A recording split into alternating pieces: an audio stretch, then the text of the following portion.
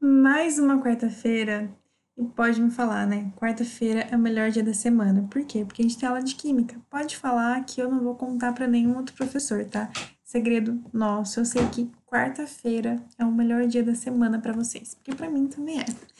Bom, hoje a gente vai dar início à química inorgânica, a introdução aos compostos inorgânicos. E diferente da química orgânica, os compostos inorgânicos não são obrigatoriamente formados por carbono e hidrogênio. É como se nós pegássemos da tabela periódica e estudássemos elemento por elemento e o porquê de alguns elementos se ligarem a outros. Um exemplo, porque o sódio se liga ao cloro e forma cloreto de sódio. Os compostos inorgânicos são geralmente compostos iônicos, compostos sólidos e possuem metais na sua composição. Eles são classificados como ácidos, bases, óxidos e sais. Para entender cada uma dessas classificações, antes de tudo, o conceito de íon precisa estar bem claro aí para vocês. O que seria um íon? Um íon é toda espécie química a qual possui uma carga. Eu posso ter espécies químicas com carga positiva, eu posso ter espécies químicas com carga negativa. Se eu tenho um íon com uma carga positiva, eu tenho um cátion. E se eu tenho um íon com uma carga negativa, eu tenho um ânion. Bom, vamos entender o que é um ácido, então, o que seria um ácido. Nós estudamos conceitos de arrênios, Lewis e Bronsted. Para arrênios, ácido é todo aquele composto que, quando colocado em uma solução aquosa, libera íons H+, ou seja, libera cátions. Para Lewis, seria toda espécie química a qual recebe pares de elétrons. E esse sinal positivo no meu cátion estaria se referindo que ele está aumentando a concentração dele de pares de elétrons. E para Bronsted, seria então aquela espécie química a qual doa pares de elétrons. E esse sinal positivo seria no sentido de que ele tem mais do que a minha outra espécie química. E ácidos podem ser classificados como ácidos fortes ou como ácidos fracos. O que vai determinar, então, a força do meu ácido?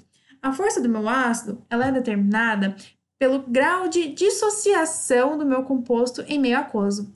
Se meu ácido se dissociou completamente em meio aquoso, eu tenho um ácido forte. Agora, se meu ácido se dissociou fracamente em uma solução aquosa, eu tenho um ácido fraco.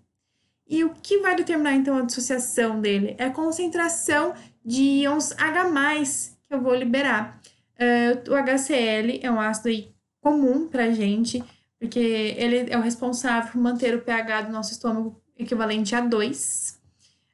Outra característica aí dos ácidos é que eles formam soluções condutoras de eletricidade quando colocadas em soluções aquosas. Bom, temos as bases, como eu havia dito no início da aula. Deixa eu ver onde vamos colocar aqui. Pronto. E a gente estuda os mesmos conceitos. Conceitos de arrênios, conceito de Lewis e de Bronsted.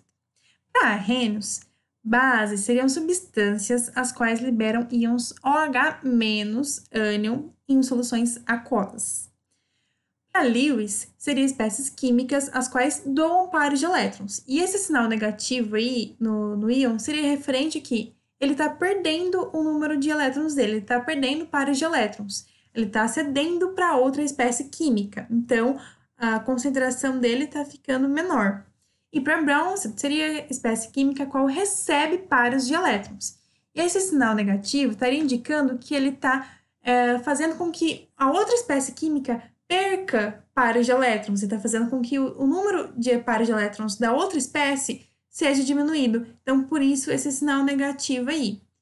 Então, bases são soluções as quais possuem íons, esses íons com carga negativa, no entanto, ânions. Elas se dissociam na forma de ânions. E a força também vai depender do grau de dissociação. Uma base forte é uma base a qual se dissocia fortemente, se dissocia totalmente em um meio aquoso. Uma base fraca é a que pouco se dissocia em um meio aquoso. E geralmente são formadas por metais da tabela periódica. Um exemplo aí é o hidróxido de sódio. O sódio é um metal que está encontrado no grupo 1 da tabela periódica. Bom, sal. O que seria um sal?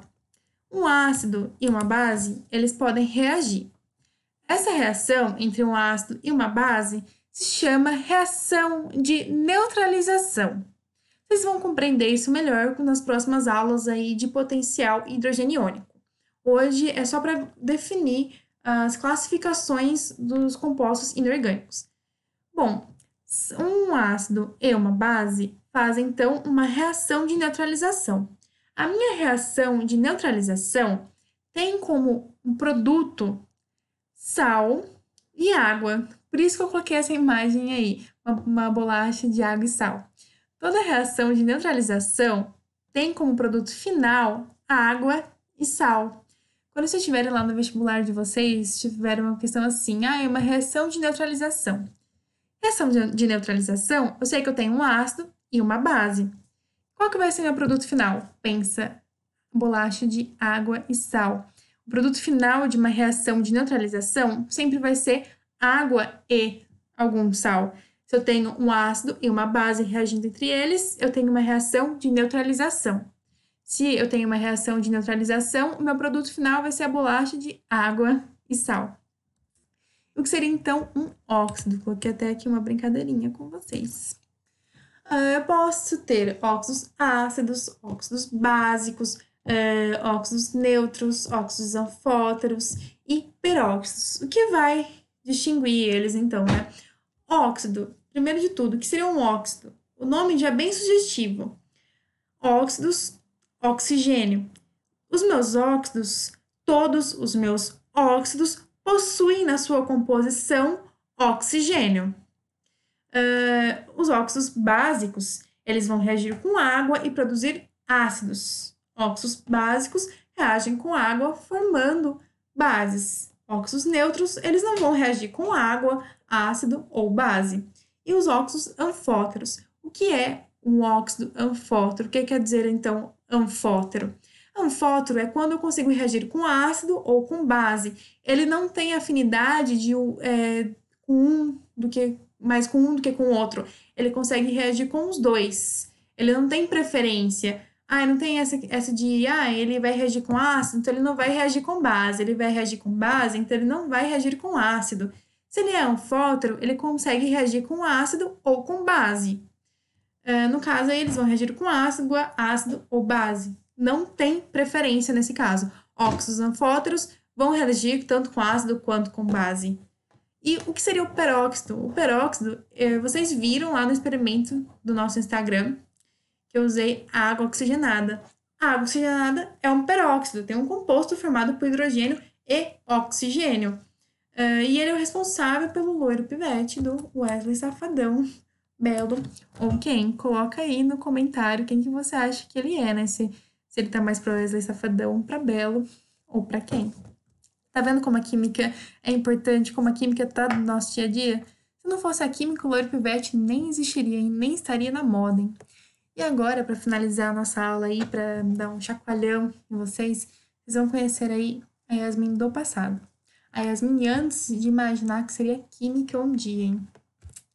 Bom, tô aqui para te lembrar que hoje, assim como todos os outros dias da semana, nós temos aula do Matiquim. Sim, empolgação para vocês estudarem nessa quarentena, né? E aí, quarentena, tá todo mundo dentro de casa, eu sei que vocês não aguentam mais isso, eu também não. Mas não deixa a matéria acumular, porque assim que a quarentena acabar, todo mundo vai querer sair de casa, e aí vocês vão esquecer de estudar, e vocês não podem esquecer disso. Vocês têm que estar estudando, vocês têm que continuar estudando. Então, a Yasmin... Ai, gente... Então, a Yasmin do passado tá te lembrando de que você tem que colocar a matéria em dia. Tua matéria não tá em dia, né? Lembra que logo a quarentena acaba e você precisa ter a matéria em dia para poder sair de casa de novo, viu? Sugiro aí que vocês imprimam, então, a foto da Yasmin do passado. Lembrando que tem aula de química, tem aula todo dia do Matiquim. E a Yasmin do passado te lembrando da matéria, que você tem que colocar a matéria em dia. Bom, é isso. Espero que vocês tenham gostado. Não se esqueçam de acompanhar as nossas aulas juntamente com os resumos que já estão disponibilizados no nosso Facebook e no nosso Instagram, viu? É isso aí. Compartilha com os amigos de vocês. Divulguem conhecimento. conhecimento é tão bonito, é tão importante para ele não ser divulgado e compartilhado, né? Então vai lá, não se esqueçam de inscrever no nosso canal, hein? É muito importante também para o teu vestibular. Bom, bons estudos, gente. É sempre um prazer estar aqui dando aula para vocês. Aproveitem aí, hein? Aproveitem os nossos professores que estão ótimos. Até mais.